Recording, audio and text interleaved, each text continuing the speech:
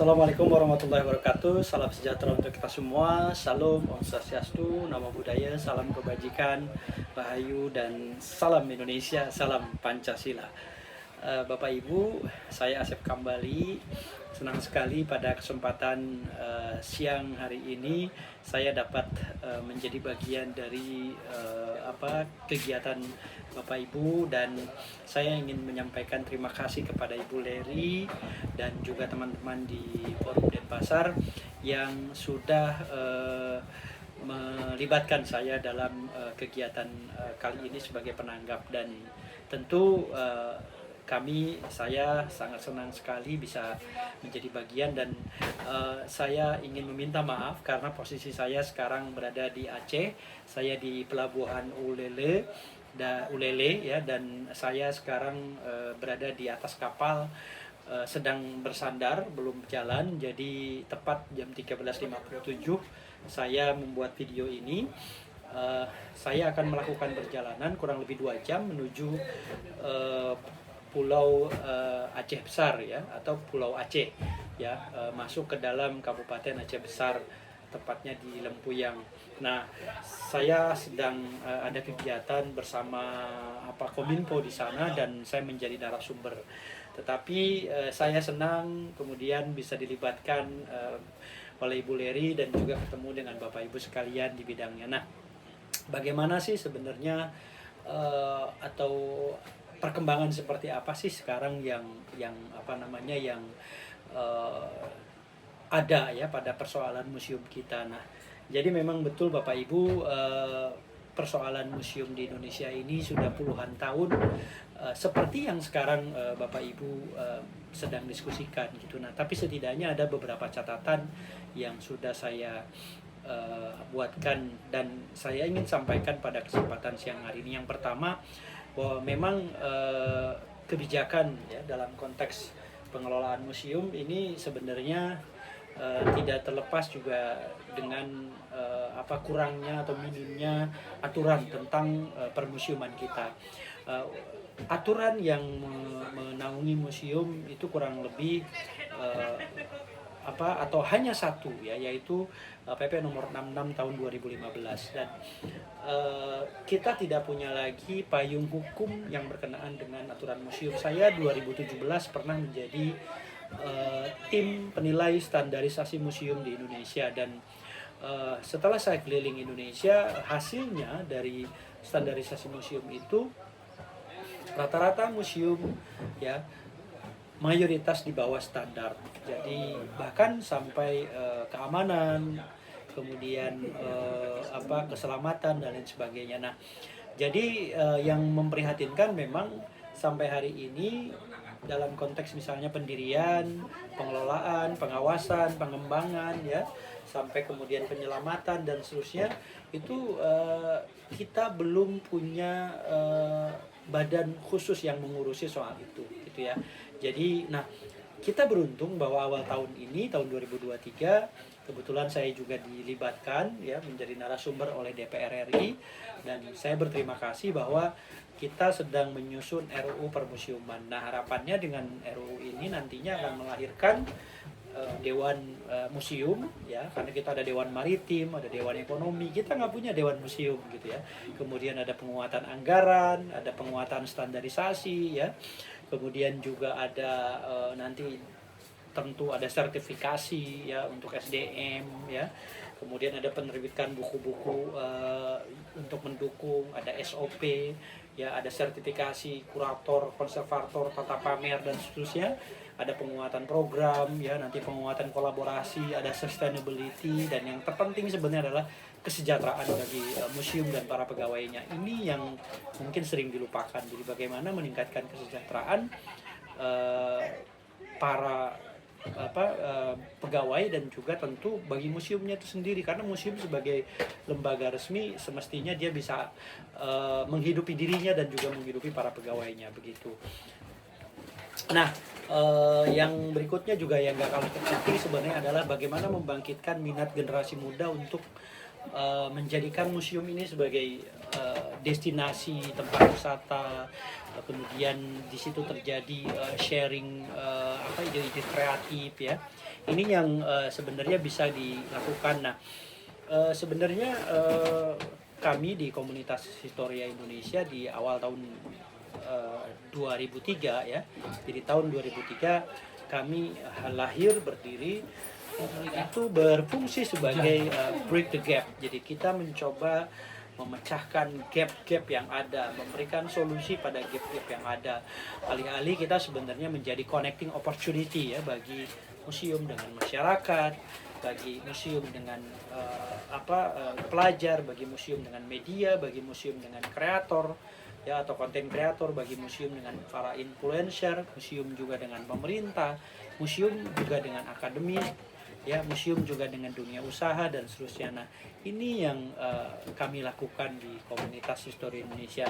Kami sendiri juga melakukan berbagai penguatan, terutama penguatan program, ya penguatan sinergi dan kolaborasi. Ini tidak terlepas juga dari apa yang terjadi selama ini di museum, bahwa museum kerap seolah-olah dianggap tertinggal. Nah, masyarakat menganggap bahwa museum membosankan, museum tertinggal, tapi sebenarnya museum sudah memperbaiki diri, tapi masyarakat nggak tahu. Nah, museum juga menganggap bahwa masyarakat malas ke museum, masyarakat nggak peduli dengan museum. Nah, sebenarnya banyak masyarakat yang peduli, banyak masyarakat yang mau ke museum, tapi masyarakat menganggapnya bahwa museum belum berubah, museum ketinggalan. Nah, sebenarnya ini dua pandangan yang satu sama lain tidak ketemu. Maka kami di depan menjadi connecting opportunity dan menghubungkan antara museum dengan masyarakat, museum dengan dunia usaha dan seterusnya. Begitu. Nah, kemudian juga bagaimana sih cara efektifnya? Saya kira memang semestinya museum itu bisa menjadi pusat kegiatan komunitas gitu ya. Itu yang sebenarnya terjadi di banyak museum di Indonesia. Dan salah satu museum yang sudah populer ya dengan program penguatan komunitas ini adalah Museum Konferensi Asia Afrika. Kita bisa belajar dari Museum KAA. Kita melihat bahwa ada 16 komunitas yang berkantor ya di hari weekend ya, kemudian mereka menyelenggarakan program bersama dan itu difasilitasi oleh museum. Jadi ada satu ruangan besar, di situ ada 16 komunitas ngantor bareng, bikin kegiatan bareng. Nah, itu yang dilakukan oleh Museum KA dan selalu aktif, selalu banyak pengunjung ya, karena diaktifasi oleh komunitas.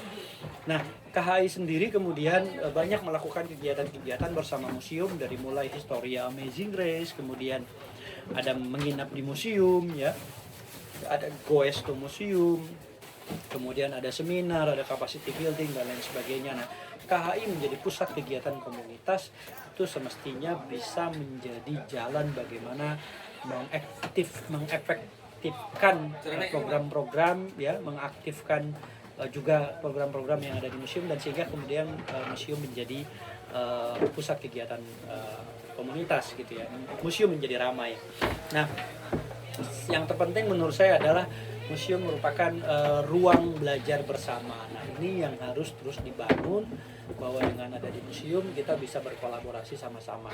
Nah, kemudian bagaimana sih pengalaman negara-negara maju? Nah, saya beberapa bulan lalu baru pulang dari Amerika, kurang lebih sebulan saya dari Amerika, dan tentu juga saya beberapa tahun yang lalu ke Eropa. Jadi memang pengalaman-pengalaman ini bisa didapatkan dari luar. Kalau orang Eropa bisa menjual, pandai mengemas ya, paket wisata dengan menjual gedung-gedung bersejarah, Indonesia juga banyak banget gedung bersejarahnya. Tetapi persoalannya adalah di Indonesia kita pandai menjual dan menghancurkan gedung tua, kemudian untuk jalan-jalan ke Eropa. Jadi menjual gedung tua untuk jalan-jalan ke Eropa. Terbalik ya, kita foto di depan mall, di depan alun-alun, di depan museum, di depan kafe, di hotel ya, dimanapun mereka menggunakan gedung tua sebagai aset jualannya mereka gitu. Sementara di kita dihancurkan. Nah, apa sih yang mau kita jual ke turis kalau gedung tuanya kita hancurkan gitu? Nah, sebenarnya yang paling penting juga sebenarnya apa sih yang mau kita legasikan ya, yang mau kita wariskan buat anak cucu kita gitu? Apakah mall gitu ya? Karena di kita kan gedung tua dihancurkan, dibangun mall gitu. Nah, jadi sebenarnya belajar dari orang Eropa adalah orang Eropa pandai mengemas gedung tua, ya jadi museum, jadi hotel. Waktu saya di Berlin, saya menginap di hotel yang usianya 450 tahun gitu ya. Dan bahkan di Amerika tuh ada namanya Museum Maramata atau Spy Museum di Washington. Saya masuk ke sana bayarnya hampir 500.000 rupiah. Ya, itu bisa dibayangkan keren banget dan standar mereka tuh udah luar biasa ya. Pengamannya banyak, pokoknya dari mulai manajemen visitor ya sampai manajemen manajemen keamanan, keselamatan dan seterusnya, mereka rapi banget. Dan wajar ya harga museumnya juga mahal gitu. Nah, jadi sebenarnya yang dibutuhkan ya gitu dalam konteks pengelolaan museum ya, kita bisa belajar dari orang luar bahwa kebijakan mereka, anggaran mereka, program mereka, sinergi kolaborasi mereka, pelibatan masyarakat, social engagementnya, awareness contributionnya, jadi dibangun bagaimana semua orang berkontribusi. Makanya nggak heran kalau museum walaupun bayarannya mahal ya, ada namanya Smithsonian Museum yang dia gratis, sebenarnya donatur. Jadi kita sebagai pengunjung nggak bayar, tapi kita bisa berdonasi. Itu kita diundang di email hampir setiap minggu, bayangin. Nah, jadi social engagementnya mereka tuh keren banget gitu ya.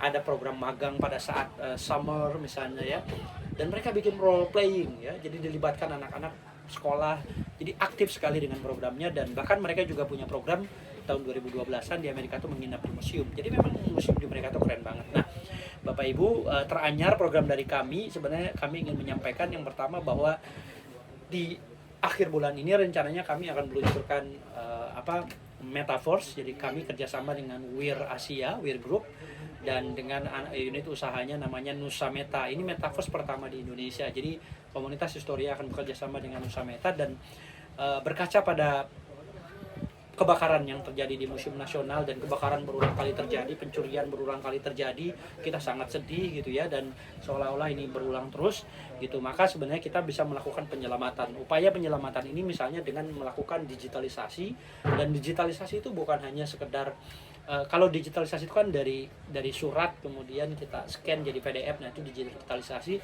Yang ingin kita bangun sesungguhnya adalah transformasi. Nah, karena dia bicara transformasi, maka sebenarnya yang kita bicarakan adalah ekosistem. Nah, ekosistem digital ini yang kita mau bangun untuk museum. Kita akan melakukan tokenisasi blockchain ya, dimana nanti kita akan menjual dalam tanda kutip aset. Jadi gini Bapak Ibu, kalau selama ini kita hidup, jadi museum di Indonesia itu kan hidup dari tiket ya, itu konvensional. Bayangin naskah proklamasi biolanya W.R. Supratman, itu kan nilai sejarahnya tinggi, tapi dihargai cuma biaya tiket masuk Rp2.000. Museum nggak untung, nggak ada pemasukan secara ekonomi, dan masyarakat juga mungkin tidak ada edukasi yang sense of belonging gitu. Bayangin kalau biolanya W.R. Supratman dihargain cuma 2.000 perak karena tiket museum ya, orang juga mungkin cuma lihat gitu aja ya, nggak ada selfie juga misalnya, atau nggak terlalu menjiwai. Nah, bayangin dengan digitalisasi tokenisasi blockchain ini, nanti biola itu akan kita kasih nomor registrasi, dan kita bikin digital asetnya 3 dimensi atau bahkan mungkin 4 dimensi. Bisa dibayangkan setiap masyarakat seluruh Indonesia bahkan seluruh dunia itu bisa memiliki biola itu digital asetnya. Nah, karena ada NFT, jadi di NFT kan, karena dengan NFT maka setiap orang yang punya digital aset itu bisa memiliki. Nah, ini yang kita mau bayangkan kalau dijual misalnya biola itu digital asetnya 5.000 perak ya, 500.000, 5 juta pun bisa, tergantung siapa yang memiliki aset. Nah, kalau yang memiliki aset ini misalnya Kementerian Pendidikan dan Kebudayaan, maka digital asetnya itu bisa bisa menjadi sumber pendapatan tanpa henti sepanjang hayat. Kenapa? Karena orang bisa ribuan bahkan mungkin jutaan nantinya membeli ya melalui digital currency-nya NFT itu dibeli, dan saya yang punya digital asetnya biola itu bisa menjualnya kembali ya.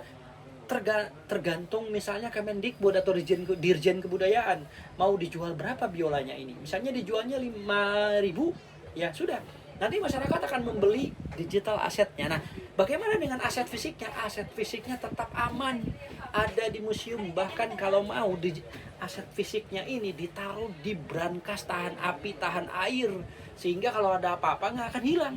Jadi digital aset tetap milik negara, milik pemerintah, ya, tetapi pemerintah juga mendapatkan pemasukan dari NFT dan itu bisa ratusan juta bahkan miliaran tanpa henti. Jadi sumber pendapatan. Nah, ini kan seiring juga dengan BLU ya. Saya banyak masukan ya teman-teman dari BLU ya. Jadi soal BLU Badan Layanan Umum Museum dan Cagar Budaya ini juga menarik saya kira ya. Karena ada plus minusnya. Nah, minusnya ini yang mungkin mesti diperhatikan teman-teman, Bapak Ibu.